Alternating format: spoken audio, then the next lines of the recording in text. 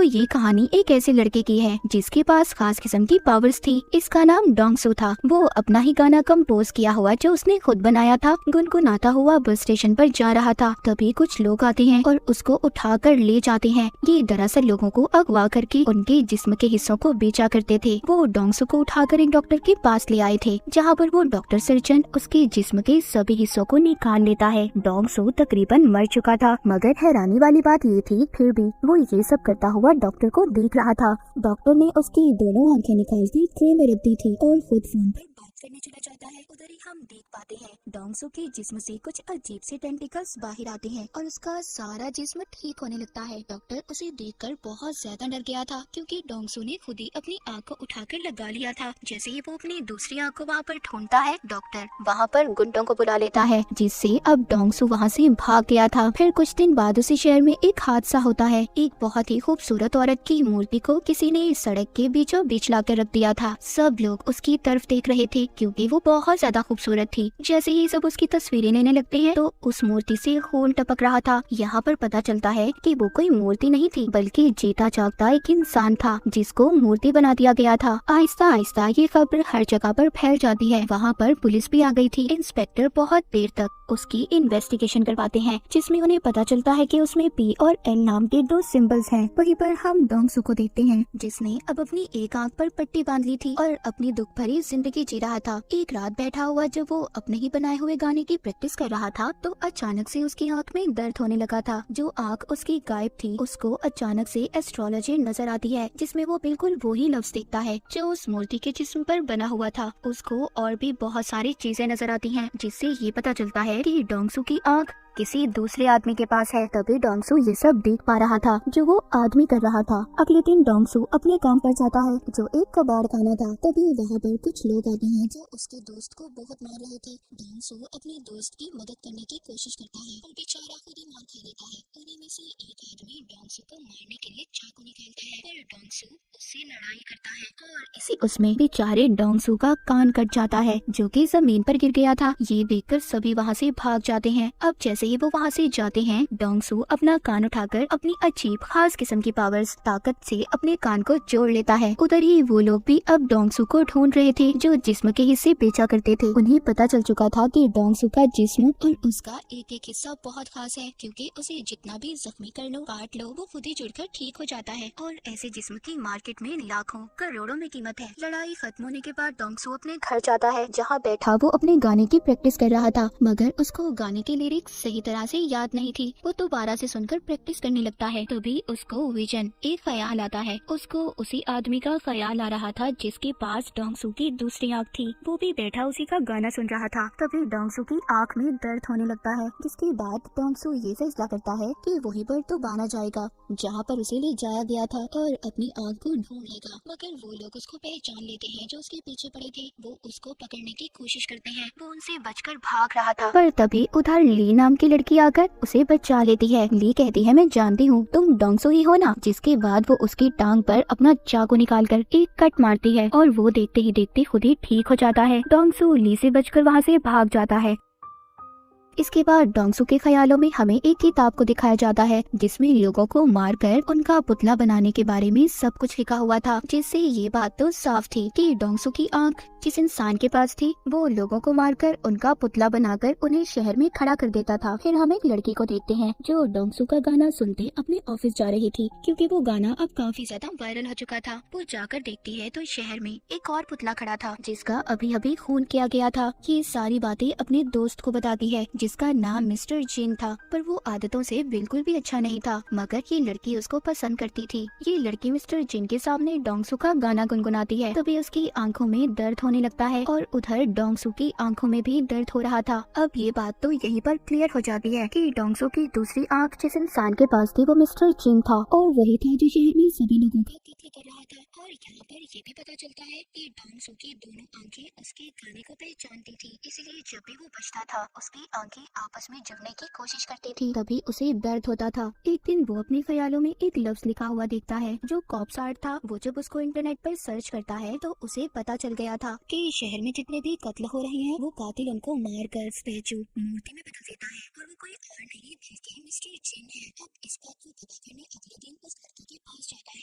जिन की दोस्त थी ये उसको देखकर पहचान लेता है क्योंकि इस लड़के को इसने अपने ख्याल में देखा था। ये उसे पूछता है कि कल तुम जिस आदमी के साथ थी वो कौन था। वो लड़की इसको कुछ भी नहीं बताती और डरकर चली जाती है। उसे ऐसा लग रहा था कि ये उसको छेड़ रहा है। अब डोंगसू किसी बात के बारे में भी नहीं जानता था। उसको तो ये भी नहीं पता था कि कातिल दिखता कैसा है। डोंगसू अब एक एस्ट्रोलॉजर के पास जाता है और उसको उन सिंबल्स जो उसने देखे थे और उन तारीखों के बारे में बताता है जब खून हुए थे। एस्ट्रोलॉजर उसको बताती है कि सब आपस में जुड़ी हुई चीजें हैं। इन सब को मिलाकर कल की तारीख भी मिलती जुलती है। मतलब डोंगसू ये बात तो समझ गया था कि कल भी खून होने वाला है, पर कब कहा ये बात वो नहीं जानता था। उधर ही वो लड़की जो मिस्टर जिन को पसंद करती थी उसकी दोस्त भी थी। वो उसके घर जाकर यहाँ वहाँ घूमने लगती है जिससे उसे वो किताब मिल जाती है जिसमें मरे हुए लोगों को पुतला कैसे बनाना है सब लिखा था। उसको भी ये बात पता चल चुकी थी कि जितने भी कत्ल हुए हैं उन सब के पीछे मिस्टर जिन का हाथ है। अगले ही दिन दोबारा से शहर में पुतला खड़ा था। जब सब उसको देखने चाहते हैं उधर वो लोग भी थे जो डोंगसू के पीछे पड़े हुए थे। वो उसको देख लेते हैं और पकड़ने की कोशिश करते हैं। उसको मारने वाले थे तभी उधर लिया जाती है जिसने एक बार फिर से डोंगसू को बचा लिया था। वो डोंगसू को बताती है कि मैं एक नॉवेलिस्ट हूँ जो कि कनेक्ट नाम के नॉवल को लिख रही हूँ जिसमें सुपर ह्यूमंस ताकतवर लोगों के बारे में बताया जाता है कि कैसे उनके जिस्म के हिस्से अलग करके भी वो आपस में जुड़ जाते हैं। अब खैर ली ने डोंगसू की जान बचाई थी। वो उसको थैंक्स बोलता है, उसका नंबर लेता है जिसके बाद डोंगसू वहाँ से चला गया था। दूसरी तरफ हम मिस्टर जिन की दोस्त को देखते हैं जो काफी परेशान थी क्योंकि उसको मिस्टर जिन की सच्चाई के बारे में पता चल चुका था और उसको अपने साथ छत पर ले जाता है। मिस्टर जिन की दोस्त कहती है मैं सब जानती हूँ, तुमने किस किस को मारा है और उन सभी पुतलों के बारे में भी। जब ये बातें वो बता रही थी तभी वो आदमी आकर चुपचाप इनकी बातें सुन लेता है जिसको पहले ये सब बता रही थी। उसका फोन बच जाता है जिससे मिस्टर जिन उसको देख लेता है। उसको पकड़कर बहुत ही बेरहमी से मारता है और फिर उसे नीचे गिरा देता है। मिस्टर जिन की दोस्त भी ये सब देखकर बेहोश हो गई थी।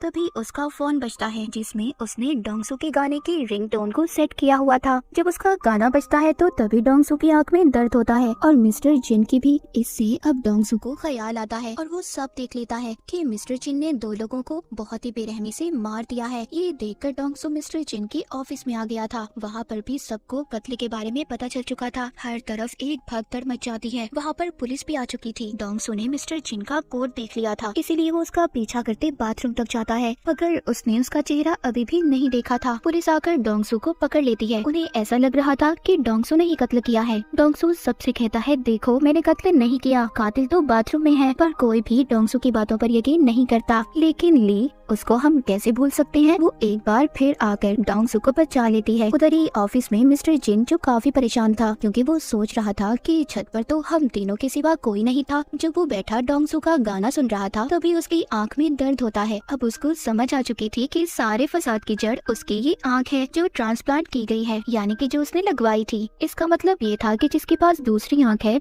वो सब देख सकता है जो मिस्टर जिन कर रहा था। एक दिन डोंगसू ली को अपने घर लेकर जाता है और उसे सब कुछ बताता है। वो शुरू अपने बचपन से करता है कि कैसे वो एक दफा पेड़ से गिर गया था, उसकी टांग टूट गई थी मगर वो खुद ब खुद ठीक हो गई, जिस वजह से मेरे सभी दोस्त मुझे मॉन्स्टर बुलाने लगे और मेरे घर वालों ने भी मेरा साथ छोड़ दिया। उस रात के बारे में भी बताता है जब इसको अगवा करके कुछ लोग ले गए थे और उन्होंने उसकी आंख को निकाल लिया जो मिस्टर जिन के पास है और वही है जो शहर में सबको मार रहा है। बस मैं उसको पकड़वाना चाहता हूँ पर मैं उसके बारे में कुछ भी नहीं जानता। ली सब बातें सुनकर हैरान हो गई थी। वो कहती है तुम परेशान मत हो, मैं तुम्हारा साथ दूंगी और उसको एक चश्मा भी लगाती है। कहती है इससे तुम्हारा कोई मजाक नहीं बनाएगा और ना ही लोग तुम्हें पहचान पाएंगे। जब वो मार्केट में कुछ लेने जाते हैं तो उधर डोंगसू के पोस्टर लगे हुए थे। पुलिस उसको ढूंढ रही थी लेकिन अचानक से उसकी आंख में दर्द होने लगता है। वो देखता है कि मिस्टर जिन उसकी तस्वीर बनाकर उसे कह रहा था कि मेरे मामले से दूर रहो नहीं तो बेमौत मारे जाओगे, क्योंकि वो जान चुका था कि जिस आदमी की आंख उसे लगाई गई है वो कोई और नहीं बल्कि डोंगसू है और उसे साथ ही होने वाले अगले कत्ल के बारे में भी पता चल जाता है। रात को जब डोंगसू मिस्टर जिन को ढूंढने निकलता है तो उसको एक आदमी मिलता है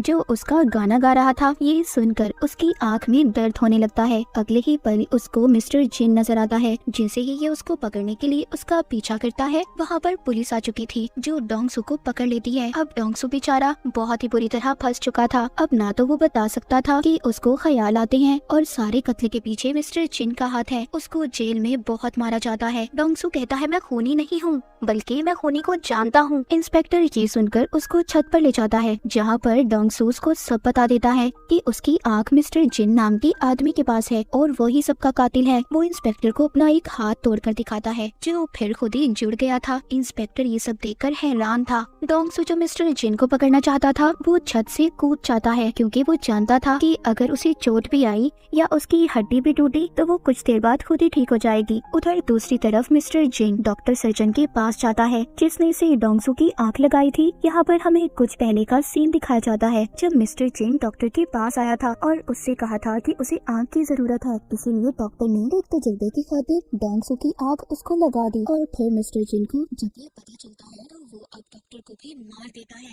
जब वो लोग चेक करने आते हैं जो डोंगसू को पकड़ने के चक्कर में थे तो वो जब डॉक्टर को मरा हुआ देखते हैं उन्हें सब पता चल जाता है कि मिस्टर जिन ने डॉक्टर को मारा है। ली और डोंगसू दोनों डॉक्टर को ढूंढने की तलाश में थे। ली एक आदमी को देखती है जो उन्हीं लोगों ने डोंगसू के पीछे लगाया था जो जिस्म के हिस्से बेचा करते थे। ली उसको पकड़ लेती है और उसे मार देती है। उधर दूसरी तरफ डोंगसू बहुत खुश था क्योंकि उसका बनाया हुआ गाना उसका फेवरेट सिंगर लॉन्च करने वाला था। तभी मिस्टर जिन अपने फोन पर नंबर डायल करता है। डोंगसू भी उसे देख पा रहा था। यहाँ पर पहली बार दोनों की बात होती है। डोंगसू से पूछता है कि तुम लोगों को क्यों मार रहे हो। वो उसको बताता है कि मुझे कैंसर है और अगर इस बीमारी की वजह से मैं जिंदा नहीं रह सकता तो कोई भी इंसान जिंदा नहीं रहेगा और तुम आगे आगे देखो मैं लोगों को कैसे मौत देता हूँ। वहीं पर अब ली के मारे हुए आदमी की लाश भी पुलिस को मिल गई थी और साथ ही साथ मिस्टर जिन के खिलाफ सबूत भी। जब ली डोंगसू से मिलती है तो वो अपनी गर्दन पर कट मारती है जो देखते ही देखते खुद ही ठीक हो गया था। यानी कि इसका मतलब ये था कि ली भी कनेक्ट थी। वो कहते हैं शायद हम जैसे और भी लोग होंगे। दूसरी तरफ मिस्टर जिन डोंगसू जैसा बनकर उसी सिंगर के पास चला जाता है जिसने डोंगसू को बुलाया था। उस सिंगर को वो मार कर अगवा कर लेता है और साथ ही डोंगसू को धमकी देता है कि अगर रात तक वो उसके पास नहीं आया तो वो सिंगर को मार देगा। पर वो लोग डोंगसू को पकड़ लेते हैं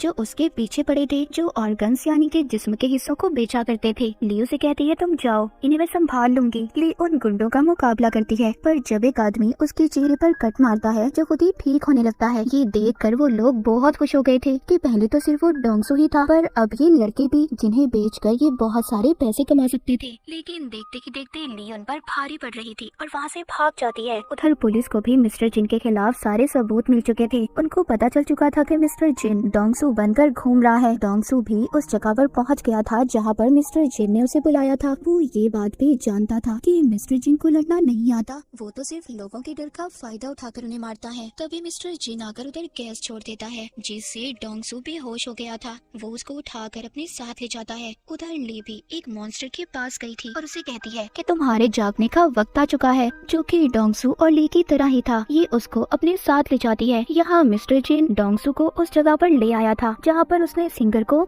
रखा हुआ था और डॉक्टर की बॉडी भी टंगी हुई थी जिसको उसने मार दिया था और बहुत जल्दी पुतला बनाने वाला था। सिंगर की ऐसी हालत देखकर डोंगसू उससे माफी मांगता है। मिस्टर जिन कहता है मुझे कैंसर है, मैं मरने वाला हूँ, इसीलिए मैं डोंगसू की बॉडी का इस्तेमाल करूंगा और अपना दिमाग इसके दिमाग के बदले लगाऊंगा। जहाँ पर जिस्म तो डोंगसू का होगा पर दिमाग मेरा। वो डोंगसू की उंगली काट कर भी सिंगर को दिखाता है। अभी इन दोनों को फ्रीजर में बंद कर देता है जिस वजह से सिंगर तो मर गया था। इस बात पर डोंगसू को बहुत गुस्सा आता है। वो अब आजाद हो चुका था और बाहर आकर मिस्टर जिन को बहुत मारता है। उधर ही ली भी उस मॉन्स्टर को लेकर आ गई थी। मिस्टर जिन जब उस पर हमला करता है उसे भी पता चल चुका था कि ली भी कनेक्ट है। तभी उधर डोंगसू आकर मिस्टर जिन को बहुत मारता है। यहाँ पर मिस्टर जिन डोंगसू पर लगातार गोलियां चला रहा था पर वो तो ठीक होता जा रहा था। डोंगसू ने मिस्टर जिन से अपनी आँख को भी छीन लिया था और उसे मारने वाला था। तभी उधर पुलिस इंस्पेक्टर आ जाते हैं जो डोंगसू को मारने से मना करते हैं। इंस्पेक्टर उससे वादा करते हैं कि मैं तुम्हारा सारा रिकॉर्ड मिटा दूंगा, अपनी जिंदगी की नई शुरुआत करनी चाहिए। अब ली और डोंगसू को ये लग रहा था कि सब कुछ ठीक हो गया है, वो जाने वाले थे। तभी ये देखते हैं वहाँ पर बहुत सारे मिलिट्री के हेलीकॉप्टर आ जाते हैं। अब उन्हें भी कनेक्ट के बारे में पता चल चुका था जहाँ पर वो इन दोनों को पकड़ लेते हैं। अब आगे की कहानी क्या होगी, मिलिट्री वाले इनके साथ क्या करेंगे, ये तो हमें सीजन 2 में ही पता चलेगा। तो सीजन 1 की कहानी यहीं पर खत्म हो जाती है।